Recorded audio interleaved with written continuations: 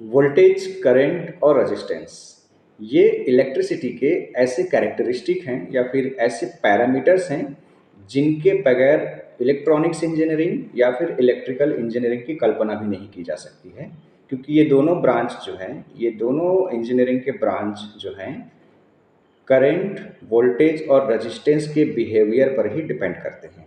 जिस प्रकार से हम करंट, वोल्टेज और रेजिस्टेंस के माइनर कैरेक्टरिस्टिक का स्टडी किस में करते हैं, इलेक्ट्रॉनिक्स इंजीनियरिंग में, वहीं हम इलेक्ट्रिकल इंजीनियरिंग के फील्ड में इसके हैवी साइड को डिस्कस करते हैं या फिर उसके हैवी पोर्शन को हम स्टडी करते हैं, उसके बिहेवियर को स्टडी करते हैं। लेकिन इलेक्ट्रिकल और इलेक्ट्रॉनिक्स हो चाहे इलेक्ट्रिकल हो, दोनों में कुछ चीज़ें जो हैं वो कॉमन हैं। इसकी शुरुआत कहाँ से होती है, इसके बिहेवियर की स्टडी कैसे होती है, क्या बिहेवियर होता है, करंट कैसा होता है, वोल्टेज क्या होता है, रेजिस्टेंस क्या होता है, तो इनको ही ध्यान में रखते हुए हम अपना एक सीरीज स्टार्ट कर रहे हैं। और इसमें ही आज हम एक बहुत ही फंडामेंटल और स्टार्टिंग का जो एक सिद्धांत है उसको स्टडी करने वाले हैं, और उसको हम बोलते हैं ओम्स लॉ, ओम्स के करंट का नियम या फिर ओम्स वोल्टेज लॉ। आज हम इसको स्टडी करते हैं बहुत ही आसान भाषा में, जल्दी से हम इसको स्टडी करने वाले हैं और कोशिश करेंगे कि आपके लिए इलेक्ट्रिकल, इलेक्ट्रॉनिक्स के अलग अलग विषयों पर हम इस प्रकार से छोटे वीडियो बना सकें, आसानी से आपको एक्सप्लेन कर सकें, जो कि आपके लिए कहीं ना कहीं फ़ायदेमंद रहेगा। मेरा नाम रंजीत सिंह है और आप देख रहे हैं मेरा चैनल इंस्पायरो। और आगे बढ़ने से पहले मैं आपसे बोलना चाहूँगा कि अगर आपने मेरा चैनल सब्सक्राइब नहीं किया है तो इसको सब्सक्राइब कर लीजिए, और वीडियो अगर ये पसंद आएगा तो आप लाइक शेयर ज़रूर करिएगा। और अगर इस वीडियो में आपके कोई क्वेश्चंस रहेंगे तो आप कमेंट में मुझे ज़रूर पूछिएगा। मेरे साथ साथ मेरे और भी फ्रेंड्स हैं जो आपको आंसर कर सकते हैं, और आपका जो भी प्रॉब्लम है उसको हम सॉल्व करने की कोशिश करेंगे। तो आइए आगे देखते हैं हम ओम्स लॉ। देखो, ओम्स लॉ क्या बोलता है कि सपोज आपके पास कोई भी एक कंडक्टर है, ठीक है। उस कंडक्टर के अक्रॉस अगर हम कोई सप्लाई देते हैं, उसको कोई पावर सप्लाई देते हैं या फिर उसमें हम वोल्टेज अप्लाई करते हैं, ठीक है। एक कंडक्टर के अक्रॉस अगर हम कभी भी एक वोल्टेज अप्लाई करते हैं तो उसमें जो एक करंट है वो फ्लो होने लग जाता है, और जैसे जैसे इस वोल्टेज की वैल्यू को हम इंक्रीज़ करेंगे वैसे वैसे ही इस सर्किट में फ़्लो होने वाले या फिर इस कंडक्टर के अक्रॉस फ़्लो होने वाले करंट भी इंक्रीज़ होता है। और जैसे ही अगर हम उसको डिक्रीज़ करते हैं, मतलब उसको घटाते हैं, वोल्टेज की वैल्यू को घटाते हैं, तो करंट की भी वैल्यू घटने लग जाती है, कम हो जाने लग जाती है।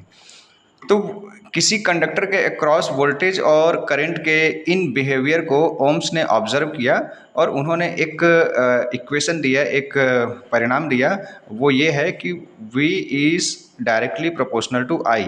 मतलब वोल्टेज किसी कंडक्टर में, आइडियल कंडीशन में किसी कंडक्टर में अप्लाई जो वोल्टेज होता है वो डायरेक्टली प्रोपोर्शनल होता है उसमें, उस सर्किट में या उस कंडक्टर के अक्रॉस फ्लो होने वाले करंट के, ठीक है। तो ये ओम्स का लॉ है, छोटा सा लॉ है, जो कि एक कंडक्टर के वोल्टेज और करंट के रिलेशनशिप को बता रहा है। अब क्या होता है कि अगर मान लो ये प्रोपोर्शनल साइन को हम हटाएंगे, ठीक है, प्रोपोर्शनल साइन को हम हटाते हैं तो यहाँ पर हम एक कांस्टेंट आ जाता है, ठीक। यहाँ पर एक कांस्टेंट आ जाता है, और कांस्टेंट क्या होता है, R, और R का मतलब होता है रेजिस्टेंस, ठीक। तो रेजिस्टेंस है, नाम से ही इसके रिप्रेजेंट हो जाता है रजिस्ट। रजिस्ट मतलब विरोध करना, अपोज करना, ठीक है। मतलब जो करंट इधर फ्लो हो रहा है, इस डायरेक्शन में फ्लो हो रहा है, कंडक्टर की एक प्रॉपर्टी होती है, कंडक्टर का एक प्रॉपर्टी ये होता है कि वो उसके अक्रॉस फ्लो होने वाले करंट का अपोज करता है। मतलब एक इसकी प्रॉपर्टी है जो करंट के फ्लो को अपोज करता है। तो कंडक्टर का जो ये कैरेक्टरिस्टिक है, ये जो प्रॉपर्टी है, इसको रेजिस्टेंस बोला जाता है। अब कंडक्टर का रेजिस्टेंस जितना हाई होगा तो उसमें बहने वाला जो करंट है, जो फ्लो होने वाला करंट है, वो ऑटोमेटिकली कम हो जाएगा। और अगर रेजिस्टेंस की वैल्यू कम है तो उसमें करंट ईजिली पास हो जाएगा, मतलब करंट की वैल्यू बढ़ते जाएगी। तो इस प्रकार से यहाँ पर ओम्स ने वोल्टेज, रेजिस्टेंस और करंट का एक रिलेशनशिप तैयार कर दिया है। इसके आधार पर हम कभी भी किसी भी सर्किट में वोल्टेज, अगर हमारे पास दो वैल्यू नोन हो, कोई भी दो वैल्यू अगर हमारे पास नोन होगा तो हम तीसरी वैल्यू को प्राप्त कर सकते हैं, आइडेंटिफाई कर सकते हैं। अगर हमारे पास वोल्टेज होगा और रेजिस्टेंस होगा तो उस सर्किट में कितना करंट फ्लो हो रहा है हम वो निकाल सकते हैं। अगर हमारे पास रेजिस्टेंस और उसमें फ्लो होने वाला करंट होगा तो उसमें कितना वोल्टेज फ्लो हो रहा है वो हम निकाल सकते हैं। तो इस जो रिलेशन है, इस जो एक छोटा सा जो फॉर्मूला है उसको आप यूज़ करके आप किसी भी पैरामीटर को आप आइडेंटिफाई कर सकते हैं। ये ओम्स लॉ का एक छोटा स्वरूप है, स्टार्टिंग स्वरूप है। आगे थोड़ा और कॉम्प्लेक्सिटी बढ़ती है तो धीरे धीरे हम इसके और भी कैरेक्टरिस्टिक को और प्रॉपर्टी को स्टडी करते जाएंगे। उम्मीद करता हूँ वीडियो आप लोगों को अच्छा लगा होगा और अच्छा लगा तो आप ज़रूर हमारे चैनल को सब्सक्राइब कर लीजिए। हम आपके लिए और भी अच्छे वीडियो इसमें अपलोड कर सकेंगे। Okay, thank you.